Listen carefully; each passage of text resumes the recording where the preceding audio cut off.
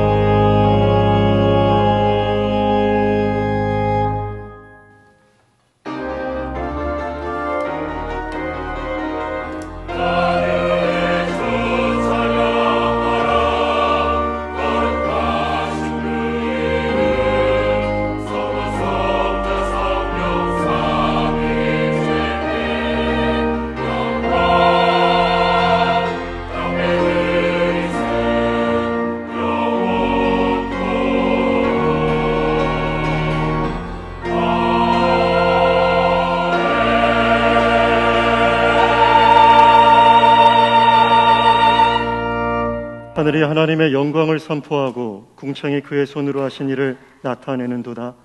날은 날에게 말하고 밤은 밤에게 지식을 전하니 언어도 없고 말씀도 없으며 들리는 소리도 없으나 그의 소리가 온 땅에 통하고 그의 말씀이 세상 끝까지 이르도다. 아멘. 존귀하신 아버지 하나님, 복된 주의 날 주님의 귀한 전으로 우리를 불러주시니 감사합니다. 하나님의 은혜를 힘입어 주님께 나왔사오니 우리 한 사람 한 사람 기쁘게 받아주시고 주의 성령으로 우리 모두를 새롭게 하여 주시옵소서. 예수님의 이름으로 간절히 기도드립니다. 아멘.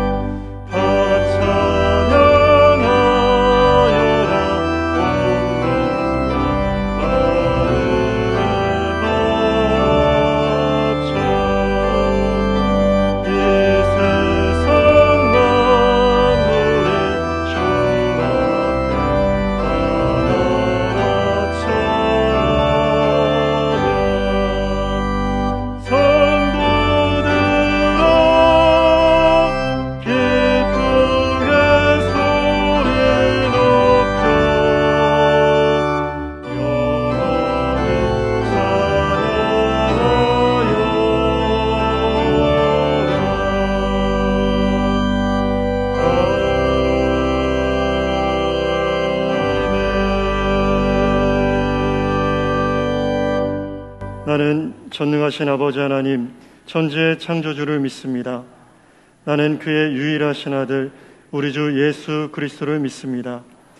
그는 성령으로 잉태되어 동정녀 마리아에게서 나시고 본드 빌라도에게 고난을 받아 십자가에 못 박혀 죽으시고 장사된 지 사흘 만에 죽은 자 가운데서 다시 살아나셨으며 하늘에 오르시어 전능하신 아버지 하나님 우편에 앉아 계시다가 거기로부터 살아있는 자와 죽은 자를 심판하러 오십니다.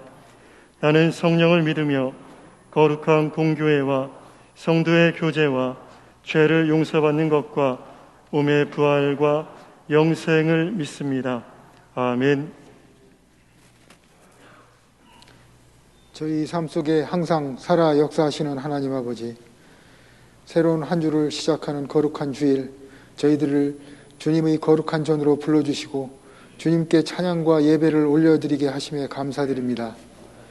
저희들이 매일 아침 눈을 뜨고 호흡을 하며 계속되는 삶들이 그저 평범한 일상이 아니고 모두가 주님의 은혜임을 잊지 않게 하시고 저희들이 한시라도 찬양과 경배의 자리에서 떠나 있는 일이 없게 하여 주시옵소서. 확산세가 날로 더해가는 질병으로부터 주님의 모든 교회들과 주님의 모든 백성들을 지켜주시고 보호하여 주시옵소서. 저희들이 어리석은 행동으로 주님의 영광이 가려지지 않도록 저희들에게 지혜를 더하여 주시옵소서. 해외에서 이방인으로 외롭게 주님의 사역을 감당하고 있는 선교사님들과 그 가족들을 지켜주셔서 맡겨주신 사역을 부족함 없이 잘 감당케 하여 주시옵소서. 저희들 모두를 항상 깨어있게 하여 주시옵소서. 어두운 현실로 인하여 주님의 계심을 부정하고 주님의 말씀을 조롱하는 세상의 지식과 풍조에 물들어가지 않게 하여 주시옵소서. 예배의 제한으로 인해 저희들 신앙생활이 나태해지지 않도록 붙들어 주시고 저희들 삶의 좀 더 많은 부분이 주님과 대화하고 주님의 사랑을 생각하는 시간들이 되게 하여 주시옵소서. 교회의 주인 되시는 하나님 아버지, 이 지역에 저희 강석교회를 세워주시고 저희들을 주님 사랑을 전하는 사명자로 삼아주심에 감사드립니다.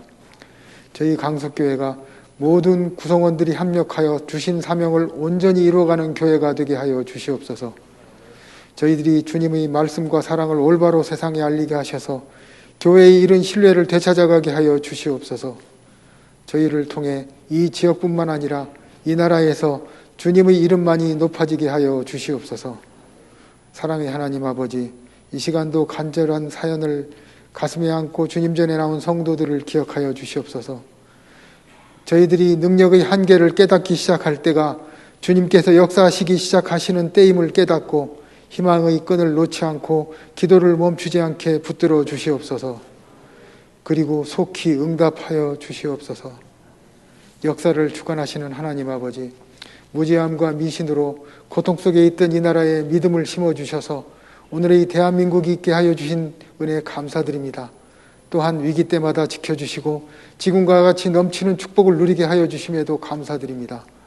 사회 구석구석에 온갖 죄악과 불의가 만연하고 있는 상황 속에서도 저희에게 주신 축복을 거두지 않고 계심을 저희가 근심하고 두려워하게 하여 주시옵소서. 이 나라 전체가 주님이 기뻐하시는 모습으로 변화되게 하여 주시옵소서. 이덕한 담임 목사님을 위해 기도합니다. 이 어려운 시기에 건강과 지혜를 더하여 주셔서 맡겨주신 사역을 온전히 감당케 하여 주시옵소서. 부목사님들과 전도사님들에게도 동일한 은혜를 내려 주시옵소서. 이 시간 이덕한 목사님, 주님의 말씀을 전달하실 때 저희들 모두가 성령 안에 하나 되어 말씀에 집중하게 하시고 저희 연약함과 부족함이 채워지게 하여 주시옵소서. 할렐루야 찬양대의 찬양을 기쁘게 받아주시고 저희 모두의 삶이 주님께 올려드리는 아름다운 찬양이 되게 하여 주시옵소서. 저희에게 완전한 사랑의 본을 보여주신 예수님 이름으로 기도드립니다. 아멘. Amen.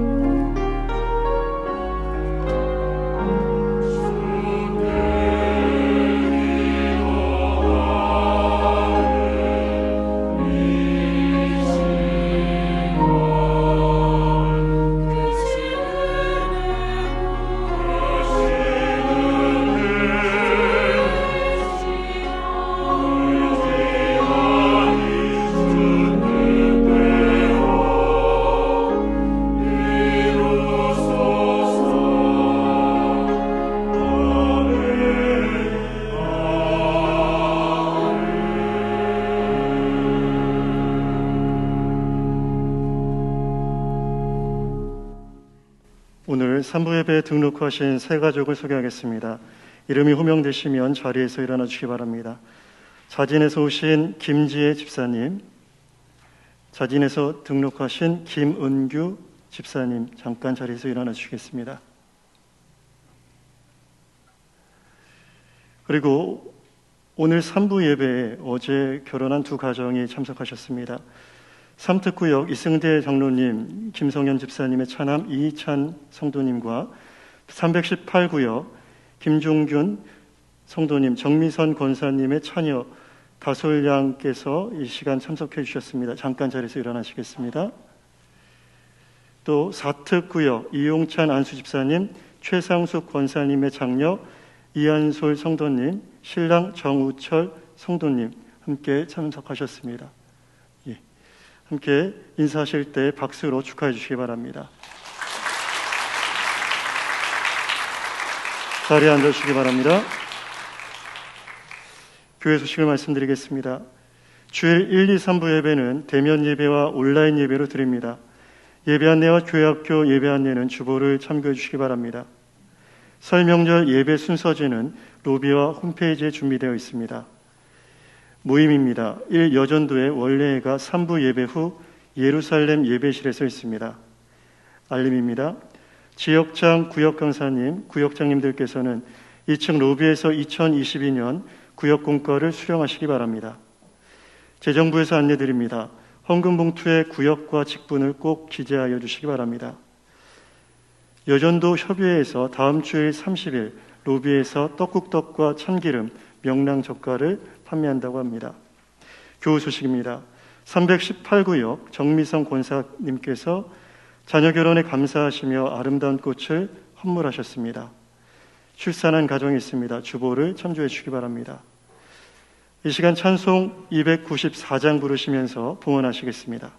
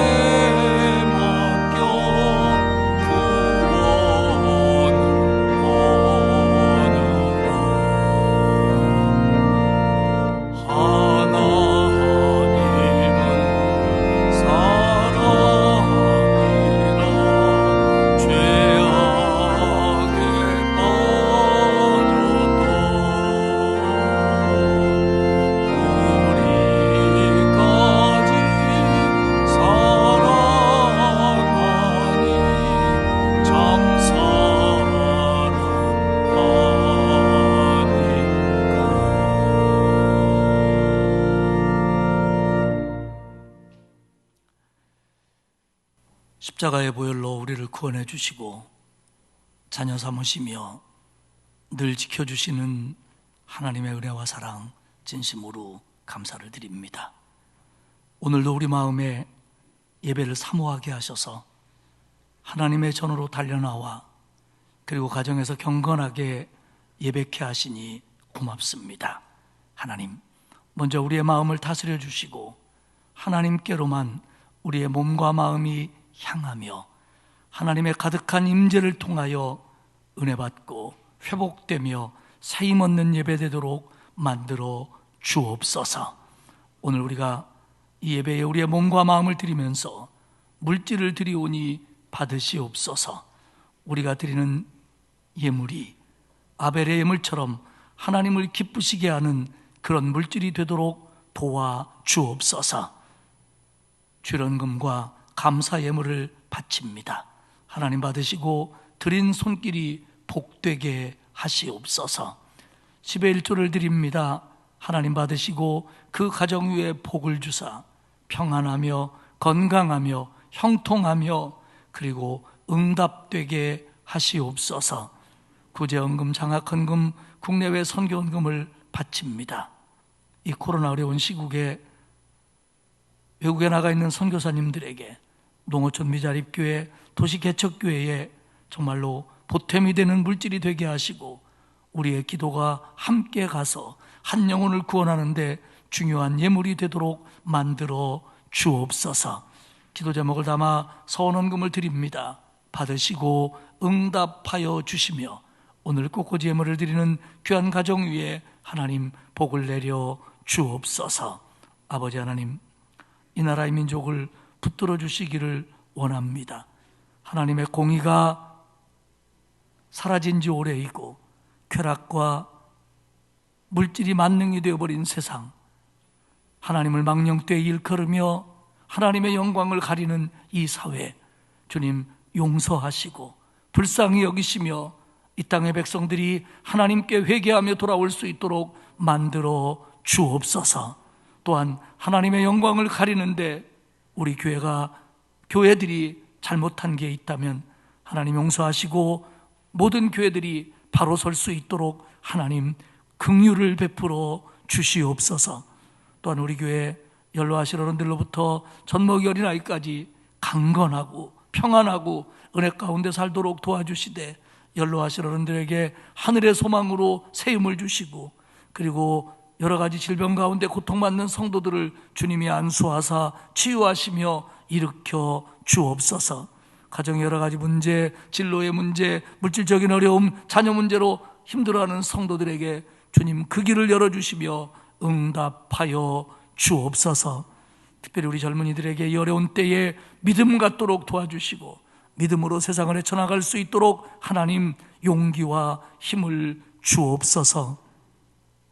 아버지 하나님, 오늘 새롭게 결혼을 하고 이 예배에 참석한 가정들과 그리고 새롭게 등록한 우리 새가족 위에 은혜를 베풀어 주시어서 오늘 이후로 더 큰 은혜와 감사의 일들만 늘어나게 하시옵소서. 하나님, 우리 성도들 손대어 하는 일에 복을 주시어서 이 어려운 때 흔들리지 않도록 도와주시고 우리 자녀들, 성도들 코로나로 믿음에서 멀어진 사람들만 싸우니 주여 그들의 마음을 깨우치사 돌아오게 하옵소서. 이번 한 주간도 하나님이 우리를 지켜주셔서 늘어나는 코로나 속에서 우리 성도들의 방패가 되시며 보호막이 되시며 피난처가 되시어서 막아주시고 피할 길을 열어주시며 이번 한 주간도 감사하며 건강하며 안전한 한 주간으로 축복해 주옵소서. 이 예배를 통하여 더 큰 은혜 주실 줄 믿고 예수님 귀하신 이름으로 기도드리옵나이다. 아멘.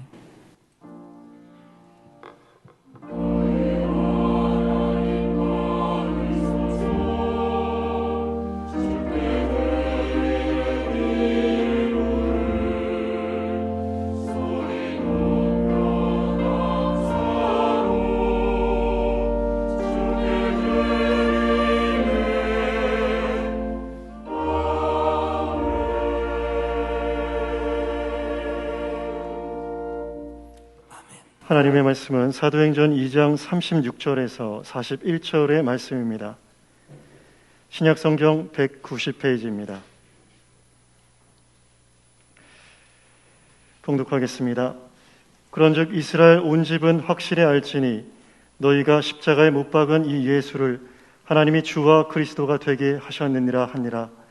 그들이 이 말을 듣고 마음에 찔려 베드로와 다른 사도들에게 물어 이르되 형제들아 우리가 어찌할꼬 하거늘 베드로가 이르되 너희가 회개하여 각각 예수 그리스도의 이름으로 세례를 받고 죄 사함을 받으라.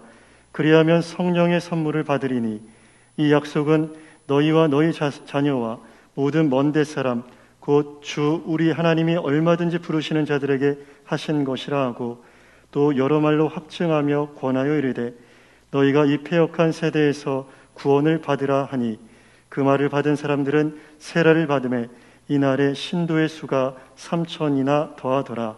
아멘.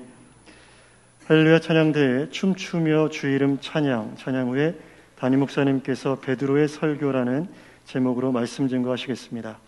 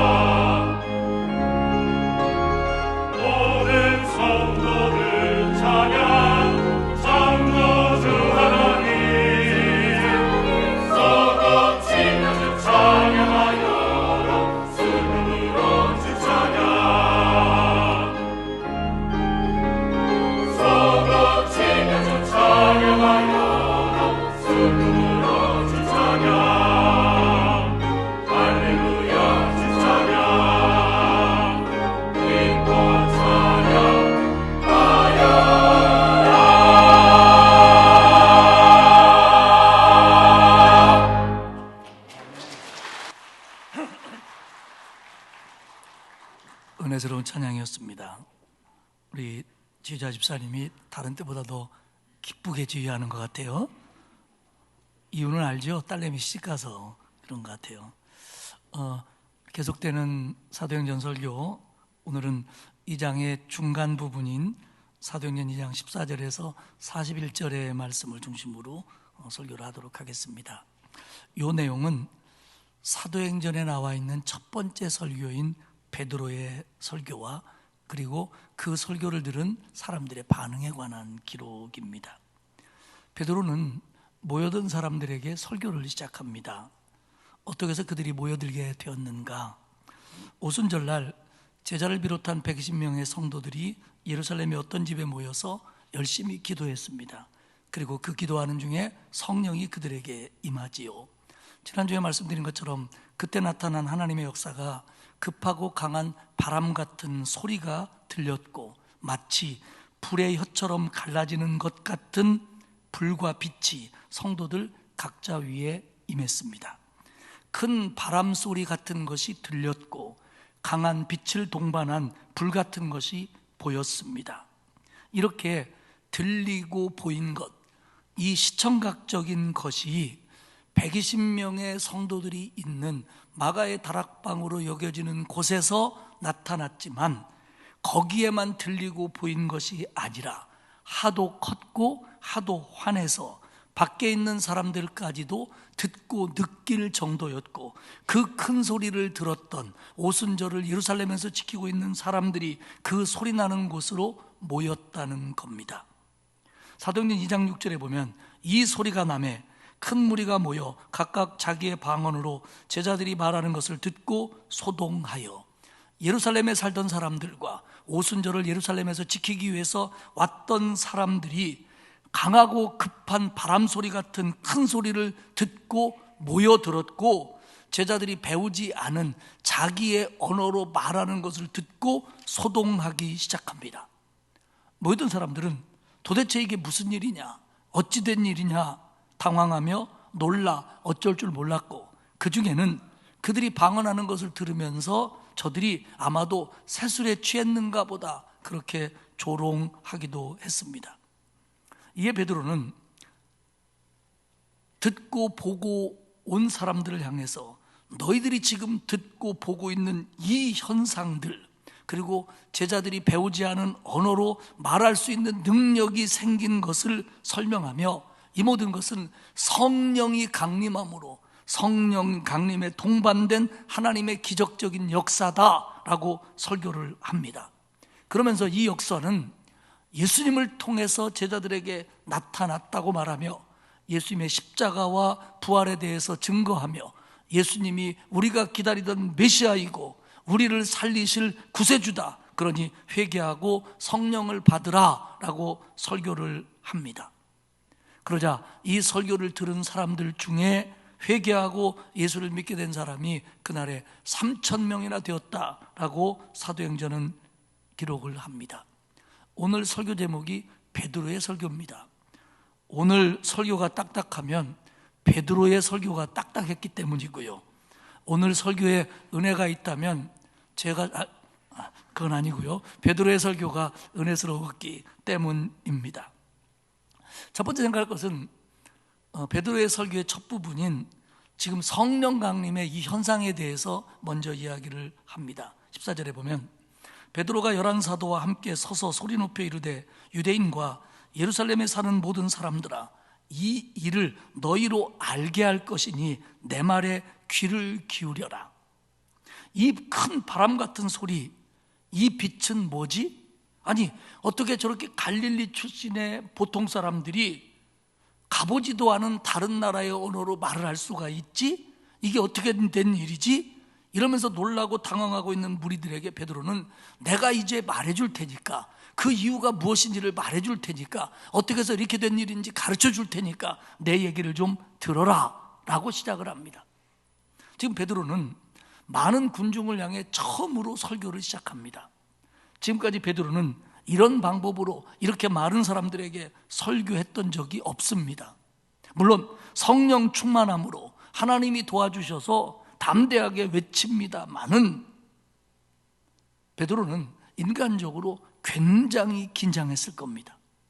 설교자의 한 사람으로 지금 이 상황에서 그들에게 설교한다는 것이 베드로에게는 보통 부담되는 일이 아니었을 겁니다. 저도 설교를 수십 년 했습니다마는 설교할 때마다 긴장하고요. 특별히 한 주라도 쉬고 설교를 한다면 그 설교가 처음 하는 것처럼 굉장히 낯섭니다. 여러분들은 설교자가 설교를 어서 뚝 갔다가 설교하는 줄 알겠지만 아니거든요. 근데 주목해야 될 게 뭐냐면 14절에 보면 베드로가 11사도와 함께 서서 소리 높여 이르되, 그러니까 베드로가 설교했지만 11사도가 함께 기도하는 심정으로 서서 그 일에 동참했다는 겁니다. 아마도 나머지 성도들은 주어진 자리에서 중보기도 하고 있었을 것이 분명합니다. 하나님의 일로 성령의 힘과 도움으로 되는 것이지만 하나님의 일은 그 일을 위한 성실한 준비 그리고 기도로 돕는 것이 절대적으로 필요합니다. 우리는 하나님의 일이니까 하나님의 일은 하나님이 하신다, 맞습니다. 그러나 그 일에 대해서 인간들이 해야 될 준비와 책임을 간과하면 안 됩니다. 그렇기 때문에 물론 베드로가 원고를 준비하지는 않았을 테지만 기도로 준비했고 나머지 사람들도 강력한 기도로 그 일을 도왔습니다. 그래서 좋은 결과가 나타납니다. 베드로는 15절에서 이렇게 입을 띱니다. 때가 제3시니 너희 생각과 같이 이 사람들이 취한 것이 아니다. 지금 눈에 보이는 현상을 이해할 수 없으니까 어떤 사람이 조롱하듯이 저 사람들 술 먹었나 봐, 술 취했나 봐 이렇게 말하는데 베드로가 말합니다. 지금이 3시다. 그러면 우리 시간으로 말하면 오전 9시입니다. 베드로는 약간 유머스럽게 지금 이 시간이 술 취할 시간은 아니지 않냐 이렇게 얘기를 하는 겁니다. 그리고는 이제 본론에 들어가는데 베드로는 구약 성경 요엘서, 그러니까 요엘 선지자가 예언한 예언을 인용합니다. 군중들은 분명 목격했습니다. 봤고 소리를 들었고 지금 이 현상을 보고 있습니다. 눈으로는 봤지만 이게 도대체 무슨 일인지 왜 이런 일이 일어났는지를 이해를 못하는 겁니다. 그래서 베드로는 구약의 배경을 잘 알고 있는 그들에게 요엘서 2장 28절 이하의 말씀을 인용하면서 그 요엘이 예언해 놓은 예언이 지금 여기에서 이루어지고 있다 이렇게 설명을 합니다. 그러면서 17절에 하나님이 말씀하시기를 말세에 내가 내 영을 모든 육체에 부어주리니 너희 자녀들은 예언할 것이요 너희 젊은이들은 환상을 보고 너희 늙은이들은 꿈을 꾸리라. 이 요엘서의 예언을 가져옵니다. 우리 이 구절을 찬양으로도 부르고 잘 알고 있었던 내용이잖아요. 지금 베드로의 설교를 듣는 사람들은 더 잘 알고 있는 내용입니다. 그게 뭐냐면 선지자 요엘이 예언한 예언이 그 하나님의 약속이 지금 이루어지는 거다. 말세는 구체적으로 예수님이 재림하시는 다시 오시는 그 도래를 이야기합니다. 그런데 좁은 의미에서는 그렇고 넓은 의미에서는 예수님이 이 땅에 초림하셔서 십자가에 달려 돌아가시고 승천하시고 다시 오시는 이 모든 과정을 광의해서 말세라고 성경은 이야기합니다. 그런데 이 말세는 예수님의 오심으로 시작이 됐습니다.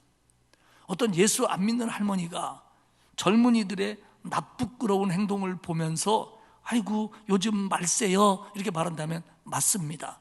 그 할머니는 예언자입니다. 지금 말세는 시작되었고 말세는 진행되었고 말세를 향해 가고 있습니다. 요엘서 2장 28절 이하의 말씀은 뭐냐면 요엘이 여호와의 날이 임할 거다. 그 여호와의 날이 임하면 엄청난 일이 벌어지는데 그 엄청난 일이 벌어질 것을 경고하며 이스라엘 백성의 회개를 촉구했던 게 요엘서의 예언입니다. 그때 이스라엘 백성들이 회개하면 하나님의 백성이 회개하면 하나님이 그들을 회복시키며 그들 모두에게 하나님의 영을 부어주실 거다라는 예언입니다. 그날에 하늘과 땅의 기사와 징조가 동반된 여러 가지 일들이 나타날 거다. 여호와의 날은 크고 두려운 날이니까 그날이 오기 전에 누구든지 그분의 이름을 부르는 자는 구원을 얻을 것이다. 이게 요엘서의 예언입니다. 하나님께서 회개하고 하나님의 이름을 부르는 자들에게 주의 이름을 부르는 자들에게 용서하시고 하나님의 영을 부으시고 구원하실 거다라는 얘기입니다. 요엘 선지자는 성령 강림이 하나님의 영이 부어질 때 성별을 망라해서 너희 자녀, 아들과 딸, 남자와 여자 연령, 젊은이와 늙은이, 그리고 사회계층, 남종과 여종을 총망라하는 하나님의 놀라운 역사가 나타날 거다. 그리고 그때 예언, 환상, 꿈 이런 초자연적인 현상들도 동반할 거다. 그렇게 예언을 합니다. 성령이 임하면 그 사람들이 예언할 것이며, 여기서 예언은, 우리는 예언하면은 앞으로 되어질 일, 우리가 모르는 일에 대해서 미리 말하는 것만 예언이라고 생각하는데, 그걸 포함해서 성경이 말하는 예언의 뜻은 그겁니다. 하나님의 영감으로, 하나님의 감동으로 주님의 계시를, 하나님의 말씀을 전하는 것, 이것도 예언입니다. 또 감춰지고 모르는 부분을 열어 보여주는 것도 예언입니다. 그리고 우리가 알고 있는 것처럼 미래에 일어날 일을 미리 말해주는 것도 예언입니다. 그러니까 성령이 임할 때 이런 일들이 나타날 거라는 겁니다. 그리고 환상과 꿈이 동반될 거라는 겁니다. 여기서 얘기하는 환상과 꿈은 하나님의 영감을 받아 초자연적인 계시를 전달하는 어떤 경험들을 이야기합니다. 그리고 19절에서는 요엘서를 이용하며 하늘에서는 기사를, 땅에서는 징조를 하나님이 나타내시는데 피와 불과 연기다. 이렇게 요엘이 예언하는 걸 베드로가 가져옵니다. 베드로는 요엘 선지자가 예언해 놓은 이런 일들이 예수님을 통해서 나타났고, 하나님의 영을 부어주신다는 약속이 성령 강림을 통해서 지금 자기들에게 여기에 나타났다라는 것을 이야기합니다. 기사와 징조들이 이미 예수님의 사역과 죽음과 부활을 통해서 나타났고, 땅에서는 징조들, 피와 불과 연기가 나타났다는 겁니다. 피, 예수님의 십자가의 보혈을 말합니다. 불, 다락방에 임했던 불의 혀같이 갈라졌던 역사입니다. 그럼 연기, 이게 조금 해석이 어려운데 여기서 얘기하는 연기는 연기 구름입니다. 그럼 이 연기 구름은 뭘 말하냐면 신의 산에서 하나님이 현현하신 것을, 하나님이 임재하신 것을 눈으로 보여준 것이 연기 구름이었습니다. 그러면 여기서 연기는 뭐냐면 베드로는 오순절날 다락방에 있을 때 하나님이 임재하신 것을 분명히 우리가 느낄 수 있었다. 모세와 백성들이 시내산에서 느낀 것처럼, 그렇기 때문에 그 현상을 모세가 느꼈던 연기 구름이라고 지금 표현을 하는 겁니다. 결국 예수님의 생애, 십자가, 그리고 성령 강림을 통해서 요엘이 얘기한 하나님의 날에 하나님의 영을 부어주신다고 하는 약속들이 지금 나타나서 이런 현상들이 지금 우리에게 보여지는 거다. 너희들이 보고 있는 것은, 너희들이 듣고 있는 것은 하나님의 영이 임하신 결과다. 봐라, 요엘이 예언한 하나님의 영이 나타날 때 일어날 거라고 한 일들이 지금 이렇게 일어났지 않냐. 그러니 21절, 누구든지 주의 이름을 부르는 자는 구원을 받으리라. 베드로에게 있어서 요엘이 얘기한 주는 예수 그리스도입니다. 예수 그리스도의 이름을 불러라. 여기서 예수 그리스도의 이름을 부른다는 건 주님을 구주로 모시고 그분의 십자가와 부활과 영광과 우편에 앉아 계신 것을 믿고, 그분을 믿고 예수를 부르는 것, 그것이 바로 그의 이름을 부르는 겁니다. 지금 너희는 이럴 때가 아니다. 지금 여기서 너희는 주의 이름을 불러야 구원을 받을 수 있다. 이렇게 먼저 설교를 합니다. 이어지는 두 번째 베드로 설교는 이제 그 내용을 예수님에게로 가져갑니다. 나사렛 예수에 대해서 설교합니다. 22절에 보면 이스라엘 사람들아, 이 말을 들으라. 너희도 아는 바와 같이 하나님께서 나사렛 예수로 큰 권능과 기사와 표적을 너희 가운데서 베푸사 너희 앞에서 그를 증언하셨느니라. 지금 이 현상이 성령 강림의 표적이다 라고 설명한 베드로는 이제 나사렛 예수에 대해서 얘기합니다. 예수님의 죽음, 부활, 승천, 영광 속에 나타난 예수님의 정체성, 나사렛 예수가 어떤 분이냐. 근데 왜 여기서 나사렛 예수라고 부르냐면, 지금 베드로의 설교를 듣고 있는 대부분의 예루살렘 사람들, 그리고 이 절기를 지키기 위해서 예루살렘에 온 사람들은 예수님을 봤거나 본자에게 들었거나 예수님에 대해서 알고 있는 사람들입니다. 적어도 예수님이 나사렛 사람이며 기사와 이적과 표적을 행했다는 것 정도는 알고 있는 사람들입니다. 그 당시에는 동명이인이 많았습니다. 그래서 그 구분하기 위해서 누구누구의 아들 누구라고 부르거나 어느 동네 사람 누구라고 불렀습니다. 그러니까 이것은 실존하는 인물이라는 뜻입니다. 나사렛 예수, 나사렛에서 자라나고 나사렛 예수라고 불리웠던 그 사람, 그 살아있었던, 실제적으로 존재했던, 역사적으로 함께했던, 그들과 동시대를 살았던, 너희가 경험했던 그 예수에 대해서 내가 이야기를 하겠다. 그 나사렛 사람 예수는 너희 가운데서, 너희 앞에서 기사와 표적을 베풀었다. 지금 너희들이 앞에서, 너희들이 알고 있는 사람들 앞에서 그분이 기사와 표적을 베푸셨다. 유대인들은 예수님을 아는 사람들이에요. 예수님을 본 사람들이에요. 그들이 예수님을 메시아라고 인정하지는 않았지만 예수님이 나타냈던 표적과 권능과 병고침과 이런 거에 대해서는 알고 들은 사람들입니다. 하나님께서 이런 권능과 기사를 통해서 너희 앞에서 그를 증언하셨다. 이게 무슨 뜻이냐면 하나님이 너희들 앞에서 예수님이 그런 걸 통해서 예수님이 구세주라는 걸 하나님이 너희들한테 증거해 준 거다. 여기서 증언하셨다라고 하는 것은 하나님에 의해 인정되다라는 뜻입니다. 그리고 이 단어의 사용 용도는 뭐냐면 어떤 사람이 공적인 직책을 담당하는 사람을 말할 때 그렇게 표현했어요. 그러니까 예수님은 하나님의 뜻 가운데 기사와 이적과 표적을 통하여 우리를 구원할 메시아라고 하는 것을 하나님이 공적으로 인정한 것이 그분을 통한 표적이다, 이렇게 설명을 합니다. 그러면서 예수 그리스도의 생애의 핵심인 죽음에 대해서 입을 엽니다. 23절에 너희가 법 없는 자들의 손을 빌려 못 박아 죽였으나. 예수님을 십자가에 달려 죽게 한 주동 세력은 유대인 지도자들입니다. 그리고 많은 유대인들이 이 일에 동조했습니다. 그리고 집행은 그 당시에 유대를 지배했던 로마 군인들에 의해서 십자가에 달아 죽게 했습니다. 지금 베드로의 설교를 듣고 있는 이 사람들 중에 일부는 직간접으로 이 일에 관여한 사람들입니다. 아마 그 중에 일부는 그때 소리 지르면서 예수를 십자가에 못 박아라, 십자가에 못 박아라 직접 말했던 사람들도 거기에 있었을 겁니다. 십자가형은요, 우리가 잘 알고 있는 것처럼 로마 시대에 널리 사용되던 사형 집행 방법입니다.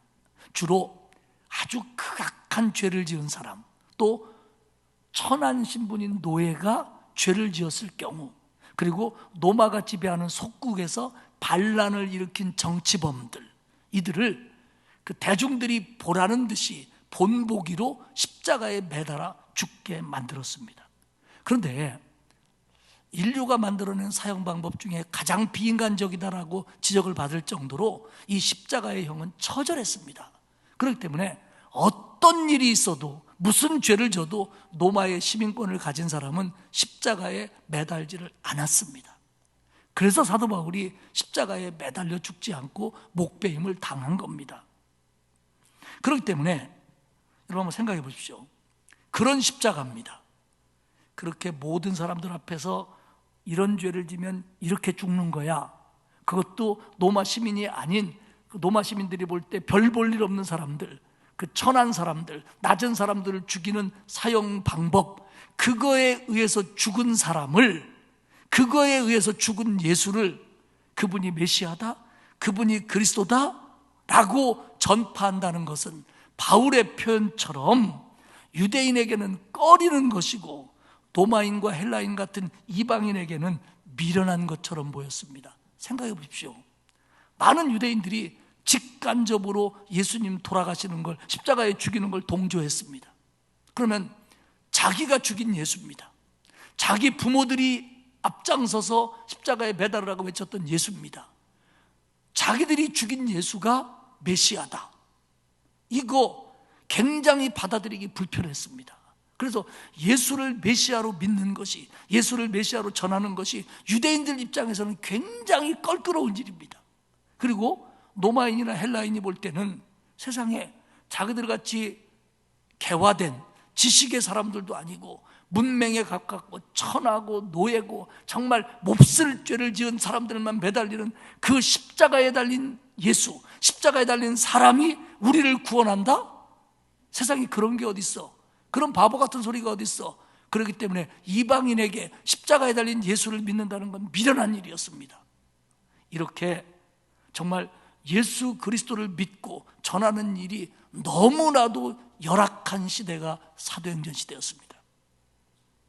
그렇기 때문에 여러분, 사도행전 시대에 누군가가 유대인으로서 예수님을 십자가에 못 박았던 것을 인정하고 회개하고 하나님을 믿는 것, 정말로 깜볼 대로 깜보고 깔아뭉개도 괜찮다고 하는 유대인 중 하나가, 그것도 십자가에 달려 죽은 자가 구세주라고 믿는 이방인이 생긴다고 하는 것은 하나님의 기적이고 하나님의 은혜 아니면 생겨날 수 없는 일이었습니다.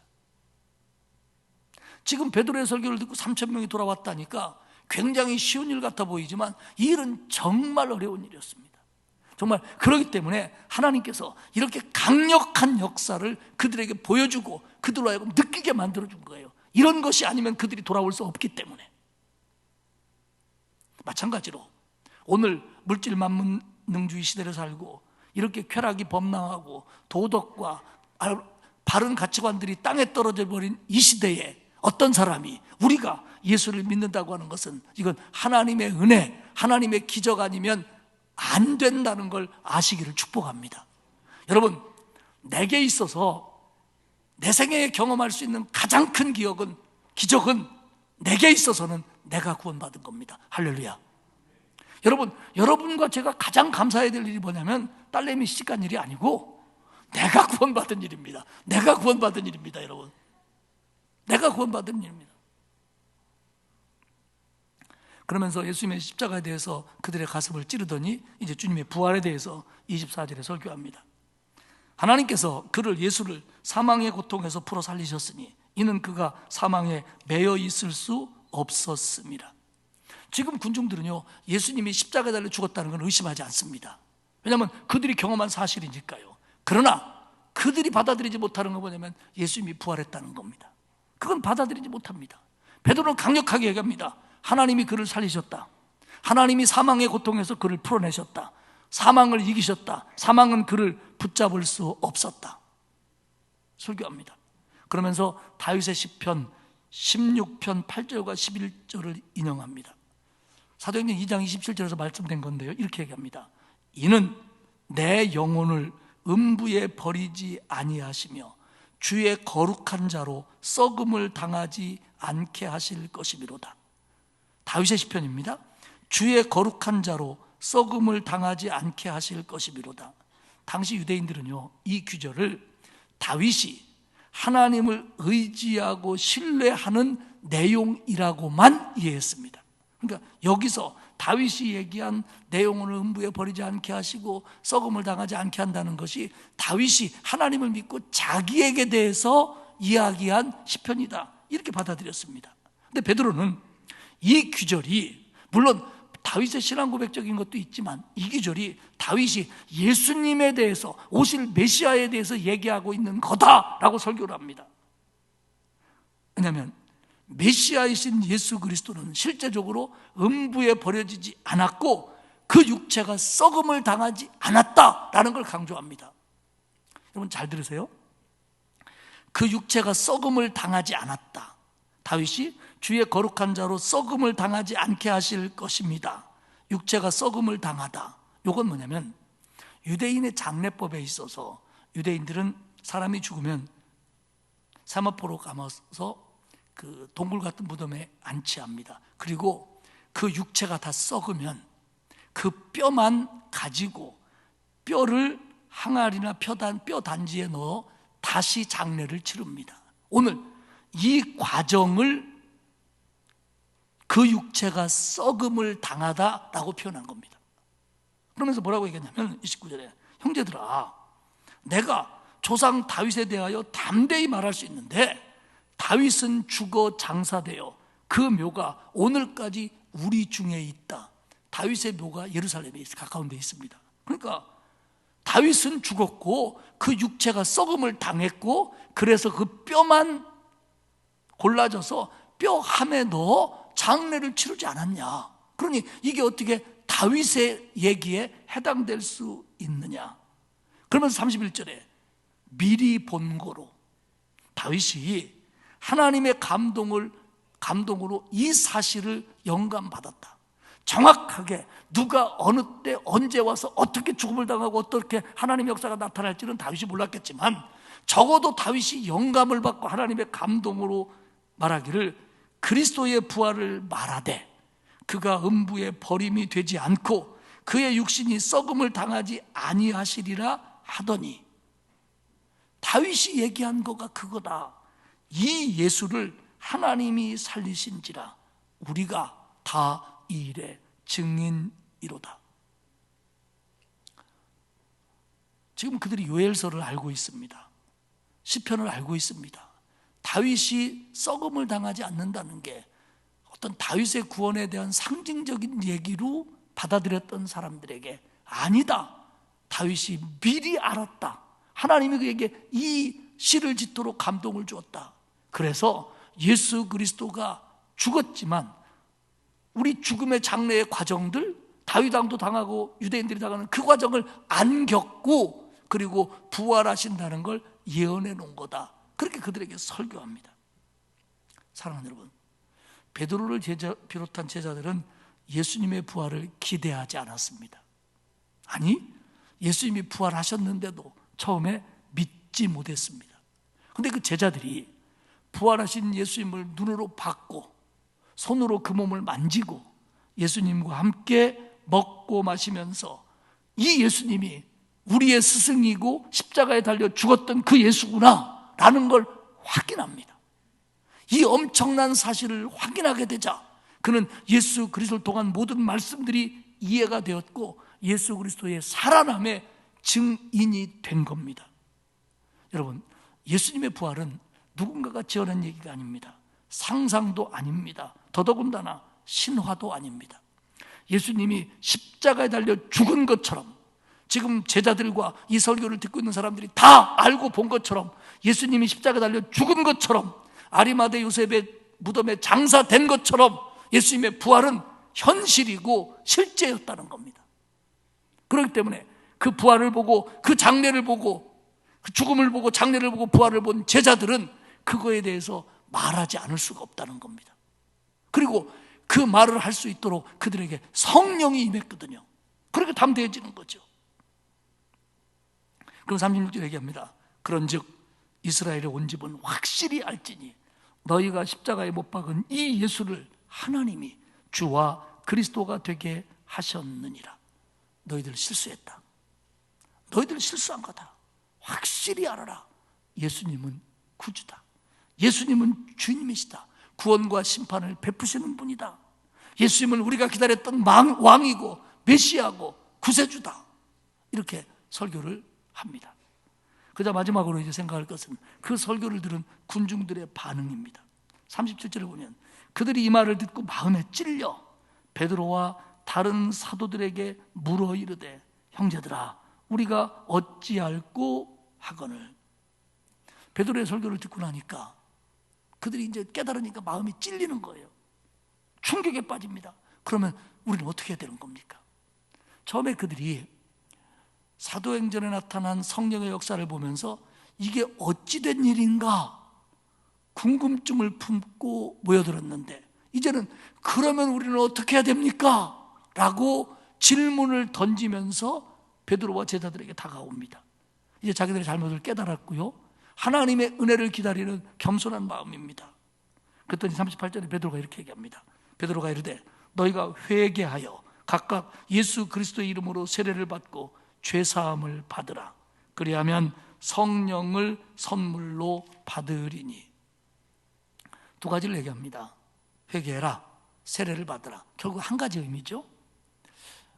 또 말씀드립니다만 지금 여기에 있는 유대인들은 적극적이었던 수동적이었던 예수님을 십자가에 못 박는 일에 가담했던 사람들입니다. 그거 회개하라는 겁니다. 그러니까 너희들이 예수님에 대해서 잘 몰랐으니까, 그리고 예수님을 십자가에 못 박으라고 하는 일에 직간접으로 관계되어 있으니까 먼저 그거부터 회개해라. 그리고 예수님을 거부한 것을 마음 아파해라. 그리고 예수님에 대해서 지금까지 잘못 생각했고 잘못 판단한 것을 버려라. 그리고 지금부터 예수님을 구주로 믿고 따르라, 이 얘기입니다. 회개해라. 그리고 그 회개한 징표로 세례를 받아라.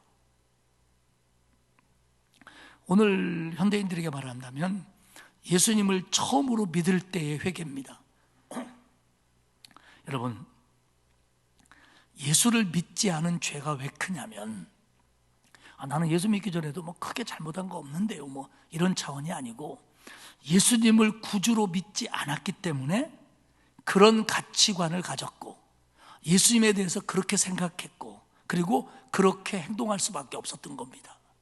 물론 그것이 아주 나쁜 쪽으로 가는 사람도 있고, 그저 뭐 상식 수준에서 이루어지는 사람도 있지만, 어쨌든 예수님을 믿지 않았기 때문에, 예수님을 받아들이지 않았기 때문에 그런 생각을 했고, 그런 가치관을 가졌고, 그렇게 말한 겁니다. 그렇기 때문에 현대인도 예수 그리스도를 믿을 때 맨 처음 해야 될 건 뭐냐면, 내가 예수님을 믿지 않은 사실, 예수님을 그렇게 생각하지, 바르게 생각하지 못했던 사실에 대해서 회개해야 되는 겁니다. 이게 첫 번째 회개예요. 그러면 그 회개를 통하면서 예수를 구주로 믿는 겁니다. 그러면 죄사함을 받고 성령을 받는 겁니다. 그렇게 예수님을 믿지 않았던 마음을 돌이키고, 예수님에 대해서 가졌던 생각들이 잘못된 것을 인정할 때, 이제는 예수님을 부인했던 죄에 대해서 하나님은 용서하시고, 그리고 하나님의 영을 우리에게 부어주심으로 말미암아 우리가 예수를 내 구주로 믿게 되는 겁니다. 할렐루야. 지금 너에게 제일 급한 건 그거다. 그러니 빨리 이것부터 해라. 죄사함을 받아라. 뭐 자범죄, 도덕적인 죄 다 포함되지만, 여기서는 주로 예수님을 구주로 몰랐던 죄, 그렇게 믿지 않았던 죄, 그것부터 해결하라는 겁니다. 그랬더니 41절에 이 말을 받은 사람들의 세례를 받음에 이날의 신도수가 3,000이나 더하더라. 하나님의 강력한 역사로, 베드로의 강력한 메시지로 거기서 가슴을 찢으며 회개하며 우리가 주님을 십자가에 못 박으라는 것에 직간접으로 관여한 거, 예수님을 메시아로 인정하지 않은 거, 그래서 나왔던 생각들, 그래서 나왔던 말들, 행동들 회개합니다. 그러면서 예수를 믿은 사람이 3,000명이나 되었습니다. 사랑하는 여러분, 그때도 그렇고 지금도 그렇고, 어떤 한 사람이 예수님을 믿고 예수님의 십자가가 내 죄를 씻기 위한 대속의 십자가다, 그리고 예수님이 자기 죄로 죽은 게 아니고 하나님의 아들이라는 걸 보여준 게 부활이다, 그리고 그분은 승천하셔서 주님 곁에 계시며, 그리고 그분은 그분 대신에 그분의 영을 우리에게 불러주셨고, 그리고 마지막 날에 우리를 심판하러 오실 것이다를 믿는 것은 그때도 쉬운 일은 아니고 지금도 어려운 일입니다. 이건 다시 말씀드리지만 하나님의 놀라운 사랑이고 놀라운 은혜고, 이거는 기적 중에 기적입니다. 이 일들이 성령의 역사로 꾸준히 이어왔기 때문에 오늘 저와 여러분이 구원받은 겁니다. 할렐루야. 그렇기 때문에요, 우리가 이렇게 된 것에 대해서 늘 감격해야 되고요, 이렇게 구원받은 것에 대해서 감사해야 돼요. 다른 걸 우리가 다 잃어버린다고 하더라도, 다 놓친다고 하더라도 주님이 나를 구원했다고 하는 이 사실 하나만으로 우리는 만족하고 기뻐해야 될 줄로 믿습니다. 그렇기 때문에 우리 신앙의 핵심은 예수 그리스도예요. 주님의 십자가예요. 주님의 보혈이에요. 주님의 부활이에요. 교회가요, 구제도 하고 교제도 하고 프로그램도 진행하고 관계도 잘 맺고 동아리도 하고 다 중요해요. 필요해요. 그런데 만약 거기에 예수님이 빠진다면, 주님의 십자가와 부활이 빠진다면 그건 의미 없는 일입니다. 의미 없는 일입니다. 우리가 전도할 때도 마찬가지예요. 사실 뭐 관계를 가진 관계성을 가지고 전도할 수도 있고, 또 낯선 사람에게 전도할 수 있는데, 우리가 우리 교회요 너무 분위기 좋아요. 맞습니다. 우리 교회 시설 너무 좋아요. 맞습니다. 우리 교회 사람들 너무 좋아요. 맞습니다. 우리 목사님 너무 맞습니다. 정말 맞습니다. 멋집니다. 예. 아주 흥분해서 말도 틀리게 하네. 우리 교회 목사님 너무 멋집니다. 그건 정말 맞는 얘기예요. 그런데 더 중요한 건 뭐냐면, 주님이 당신을 구원하실 분입니다. 당신이 예수 믿어야 구원받습니다. 이게 훨씬, 아니 근본적으로 중요한 거예요. 이거 빠지면 나머지 다 있어도 소용없는 거예요. 그렇기 때문에 우리의 신앙은 언제나 예수 그리스도가 십자가를 통해서 나를 구원했다는 거, 여기서 늘 새롭게 시작돼야 돼요. 기도할 때도, 찬양할 때도, 헌신할 때도, 설교할 때도, 봉사할 때도, 교제할 때도 언제나 여기서부터 시작해야 되는 거예요. 이게 신앙이에요. 이게 교회예요. 사랑하는 여러분, 우리는 우리가 구원받은 거의 증인입니다. 우리는 예수 그리스도의 십자가와 부활을 눈으로 보지 못했어요. 하지만 성령의 역사로 믿는 사람들입니다. 지금 베드로의 설교를 들은 사람들은 예수님의 십자가를 눈으로 봤어요. 그런데 의미를 몰랐던 사람입니다.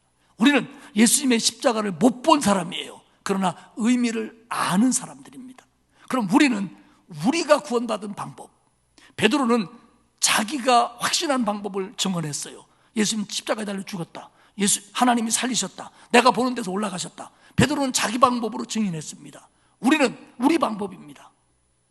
예수님이 나를 위해서 십자가를 지셨다, 나는 하나님의 은혜로 그 사실이 믿어졌다, 그래서 나는 죄사함 받고 지금 하나님의 백성으로 살고 있다. 이게 뭡니까? 우리가 구원받은 방법입니다. 우리는 이 일의 증인이어야 합니다.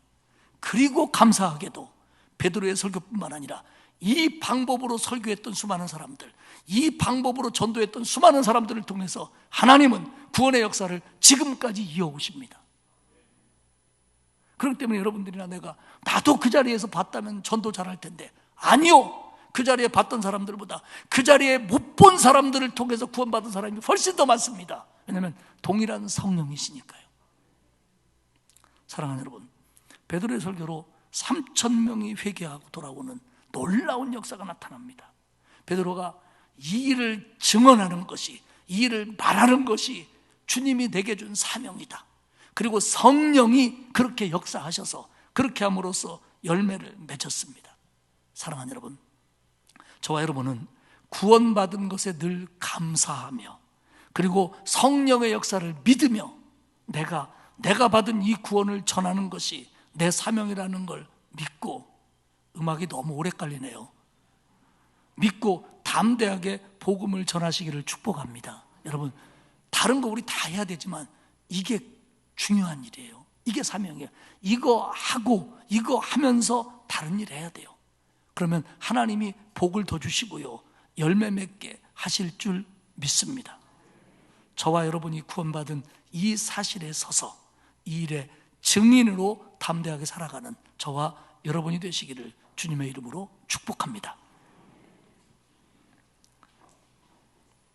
하나님 고맙습니다. 나 같은 죄인을 구원해 주시고 하나님의 자녀 되게 하신 거 감사합니다.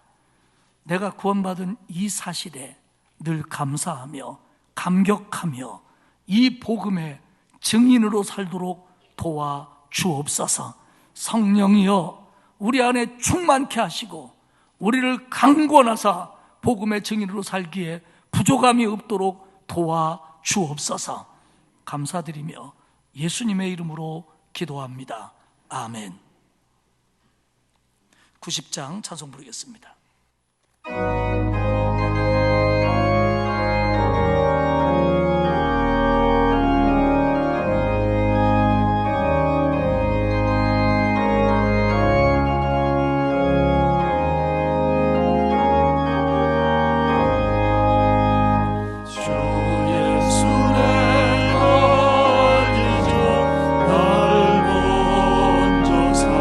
사랑했네 그 크신 사랑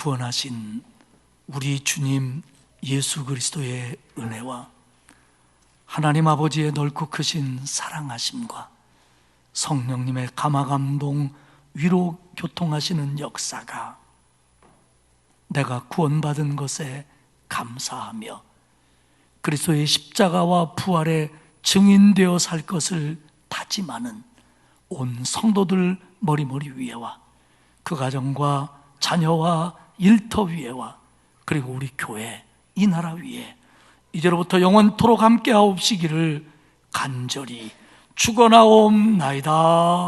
아멘.